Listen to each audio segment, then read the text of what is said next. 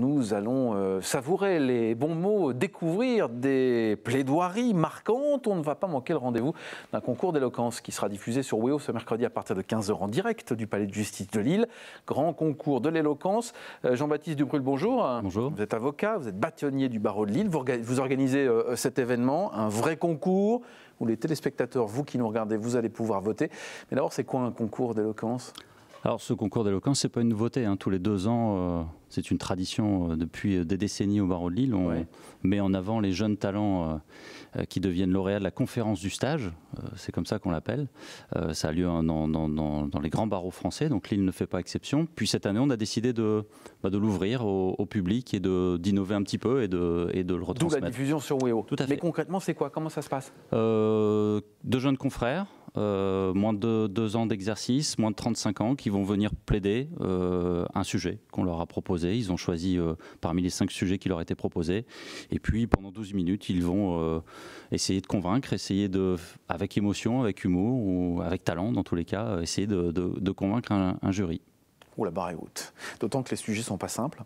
La vérité est-elle un mensonge comme les autres? Ou bien un plat pays est-il ennuyeux? Ah, ça fait réfléchir. Ils les ont choisis, les sujets, ou c'est vous qui les avez imposés? Le Conseil de l'ordre du barreau de Lille a choisi les sujets. On a planché plusieurs heures et on a des sujets sérieux, des sujets un peu plus drôles. Alors, nous, en tant que téléspectateurs, vous, chez vous, vous allez pouvoir voter via weo.fr. Évidemment, vous pourrez voter pour la personne qui vous aura le plus inspiré. Mais vous, qu'est-ce que vous jugez? Nous, on juge, c'est très variable. On n'a pas de prérequis sur la qualité d'une plaidoirie. On peut, là, sur ce concours d'éloquence, on peut être emporté par quelqu'un par un confrère qui va jouer la carte de l'humour. On peut être emporté par quelqu'un qui va jouer la carte de l'émotion. Quelqu'un qui va faire une plaidoirie un peu théâtrale. C'est très variable. On est vraiment sur l'instant. On n'a pas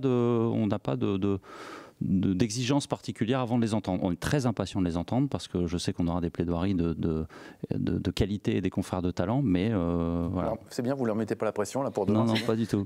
Ils le savent, je les ai vus cette semaine, ils savent qu'ils ont la pression. Ils ont un petit peu la pression.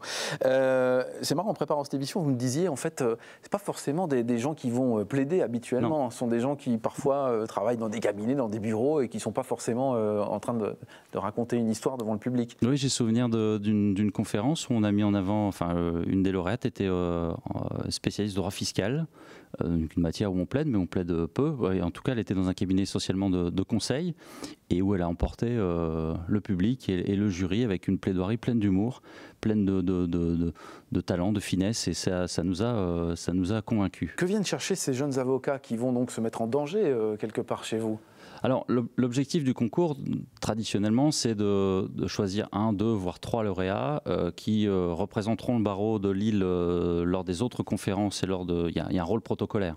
Et puis, ce sont des confrères qui peuvent être choisis en priorité pour des commissions d'office, pour de grands procès criminels ou autres. Voilà. C'est ça la tradition. Ça va leur servir dans leur carrière? Oui, ça leur sert dans leur carrière, c'est-à-dire qu'ensuite, il y a une conférence où on se retrouve, tous les anciens lauréats peuvent se retrouver, animer des conférences ou sur l'oralité, sur la plaidoirie ou autre. Vous avez déjà assisté à ce genre de choses ou pas du tout, non? Ou même d'ailleurs à des plaidoiries dans les tribunaux? Non, jamais? Pas du tout. Ah oui, non. plaidoirie, oui. Oui, plaidoirie. Pas le concours Mais d'éloquence. on parle de jeunes avocats, mais c'est ouvert jusqu'à quel âge finalement? 35 ans. 35 ans. Encore jeune à 35 ans. Encore très Bien sûr, mon monsieur, c'est effectivement 35 ans. C'est tout pour nous. Non, pour vous, non, mais en même temps, vous n'êtes pas avocat, donc Voilà, vous n'y avez pas droit. Désolé. En revanche, vous pourrez regarder ce mercredi à 15 h. Et voter. Puisqu'on sera en Et direct et on pourra évidemment voter, parce qu'on vous a prévu une belle émission. C'est une vraie émission. D'ailleurs, il y aura Jean-Michel Lobry et Dominique Thomas, que vous voyez dans les Petits Meurtres d'Agatha Christie, qui sera là également et qui donnera son avis en tant que comédien. Il y a de quoi faire. Alors, sachez que c'est donc à partir de 15 h, c'est ce mercredi en direct sur WEO, 15 h, 17 h. Il y a des rediffs, ce sera ce dimanche à partir de 15 h et à 23 h 30. Et vous pourrez de nouveau voter puisque nous vous annoncerons le gagnant la semaine prochaine, lundi, dans notre rendez-vous de 24 h Hauts-de-France. Vous, qu'est-ce qui vous plaît dans cet exercice en tant que bâtonnier?